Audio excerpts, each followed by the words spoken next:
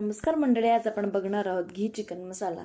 त्यासाठी मी इथं चिकन स्वच्छ धुवून त्यामध्ये हळद, धने पावडर, लाल तिखट, घरचा मसाला, चिकन मसाला, गरम मसाला, चवीनुसार मीठ, दही घालून असं व्यवस्थित असं मॅरिनेट करून घेतलं आहे। त्यानंतर वाटण बनवण्यासाठी मी इथं मीडियम आकाराचा कांदा, आले, लसूण, खोबरे व्यवस्थित असे भाजून घेऊन त्यांचे असे बारीक असे वाटण करून घेतले आहे।